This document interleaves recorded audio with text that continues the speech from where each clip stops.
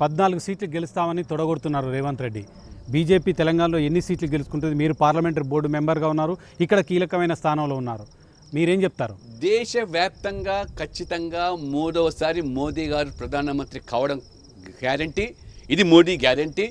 మోడీ గారు మూడోసారి ప్రధానమంత్రి అయితే భారతదేశాన్ని తెలంగాణ విషయానికి వస్తే ఇది మోడీ గారిని తప్పకుండా కూడా ఈ 300 పై చిలుకు గెలిచే దాంట్లో ప్రధానమైనటువంటి భూమిక పాత్ర బీజేపీ సభ్యులు గెలిపించి కానుకగా మేము మోదీ గారికి ఇస్తాం.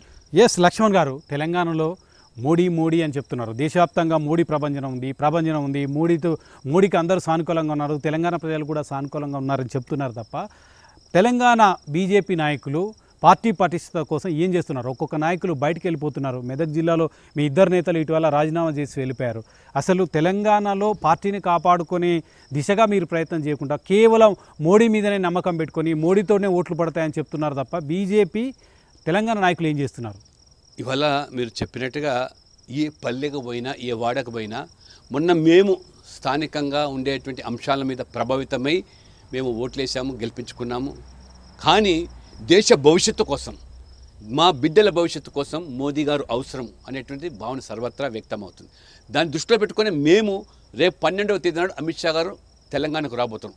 ప్రధానంగా మనకు అనుకూలంగా ఉన్న వాతావరణాన్ని ఓట్ల రూపంలో మలుచుకోవడానికి బూత్ స్థాయిలో ఉండేటువంటి పోల్ మేనేజ్మెంట్ కోసం బూత్ అధ్యక్షులతో దాదాపు 25,000 30,000 మంది ఇవన్నీ మీ నాయకుల మధ్య ఉన్న 4-5 వేల మీద లెక్కబెట్టే సీనియర్ నాయకుల మధ్య సయోధ్య లేదనేది బీజేపీ నేతలు. ఎవరైతే మీరు ఇప్పటికీ అభ్యర్థులను ప్రకటించారో అభ్యర్థులను ప్రకటించిన దగ్గర కూడా నిరసనలు వ్యక్తం అవుతున్నాయి. ఇలాంటి పరిస్థితి తెలంగాణ బీజేపీలో ఉంది. దీన్ని చక్కబెట్టడానికి మీరేం చేస్తారు, ఏం చేయబోతున్నారు? తప్పకుండా ఇవాళ సమన్వయంతోనే అందరం కూడా ఇవాళ గెలుపు దిశలో ఉన్నప్పుడు పోటీతత్వం పెరిగింది పార్టీలో అభ్యర్థులు.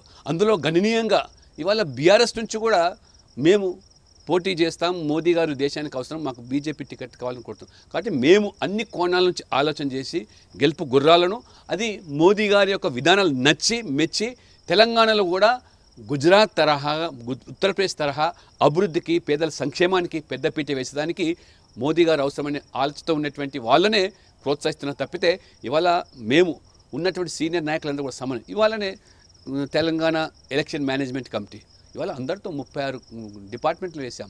ప్రతి చిన్న విషయాన్ని కూడా కూలంకుషంగా సూక్ష్మంగా ఆలోచన చేసి ప్రతి ఓటును ఇవాళ లబ్ధిదారుల సంఖ్య కూడా తెలంగాణలో కొన్ని లక్షల మంది ఇవాళ మోదీ గారి ప్రభుత్వం అందించిన పథకాలు లబ్ధి పొందిన వాళ్ళతో నేరుగా వాళ్ళతో సంప్రదిస్తాం.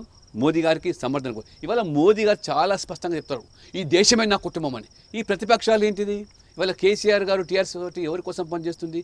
కేసీఆర్ కొడుకును ముఖ్యమంత్రి చేయాలనో, లేదా కేసీఆర్ బిడ్డను ముఖ్యమంత్రి చేయాలనో, మంత్రులు చేయాలనో వారు తాపత్రపడతారు. ఇవాళ కాంగ్రెస్ పార్టీ ఎవరి కోసం పనిచేస్తుంది? రేవంత్ రెడ్డి గారు రాహుల్ గాంధీని ప్రధానమంత్రి చేయాలనో.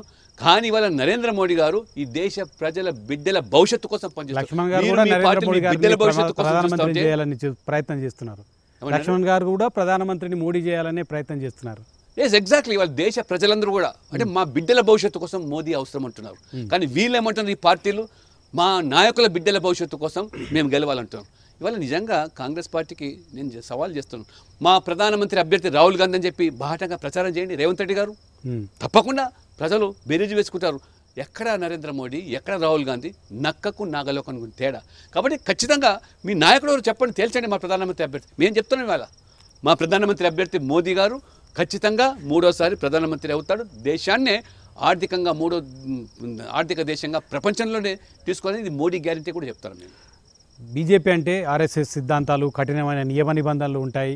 ఎవరైనా పార్టీలోకి రావాలన్నా బయటికి పంపాలన్నా కానీ చాలా కఠినంగా ఉంటుంది బీజేపీ సిద్ధాంతం అంటారు. కానీ తెలంగాణలో నిన్న బీజేపీలో చేరిన వారికి మళ్ళీ ఈరోజు టికెట్ ఇచ్చారు, ఇద్దరు కూడా ఇచ్చారు. నాగర్ కర్నూలుకు సంబంధించింది కానీ జైరాబాద్కు సంబంధించి కానీ దీన్ని ఎట్లా చూస్తారు? అంటే బీజేపీ నియమ నిబంధనల నుంచి సరళతరం చేస్తుందా, లేదా ఈజీగా ఎవరైనా వచ్చిపోవచ్చు బీజేపీలోకి అనే సంకేతాలను ప్రజలకు ఇచ్చే ప్రయత్నం చేస్తుందా?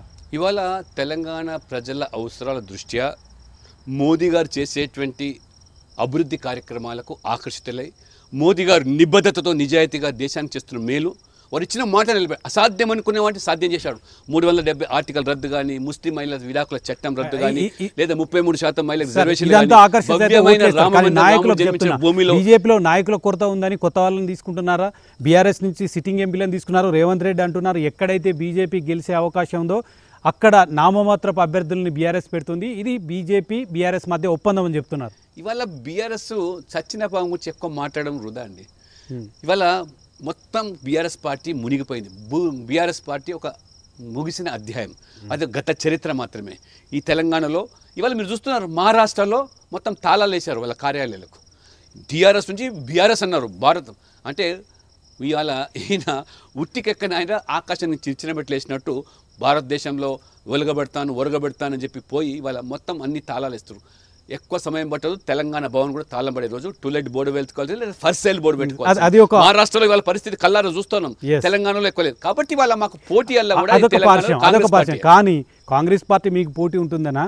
బీఆర్ఎస్ ఓట్లు మీ వైపు తిప్పడానికి బీఆర్ఎస్ అభ్యర్థులు, మీరు సీరియస్గా ఉన్న అభ్యర్థులు ఎక్కడైతే ఉన్నారో అక్కడ బీఆర్ఎస్ అభ్యర్థులని ఫ్రెండ్లీ కాంటెస్ట్ ఉండే విధంగా నామమాత్ర అభ్యర్థులను పెడుతున్నారనేది కాంగ్రెస్ ఆరోపణ. అసలు బీఆర్ఎస్కి అనేది వాళ్ళ ఇక్కడ మచ్చుకు కూడా ప్రజలు సమర్థించే పరిస్థితి. అటువంటి పార్టీతో లోపాయికర మీకున్న చీకటి ఒప్పందాలు, మీకు బీఆర్ఎస్కు మజ్లిస్కు బీఎస్పీ ఏ రకంగా ఒకటికొకరు చీకటి ఒప్పందాలు చేసుకొని, రహస్య ఒప్పందాలు చేసుకొని దేశం మొత్తం మీరు చూస్తలేరా?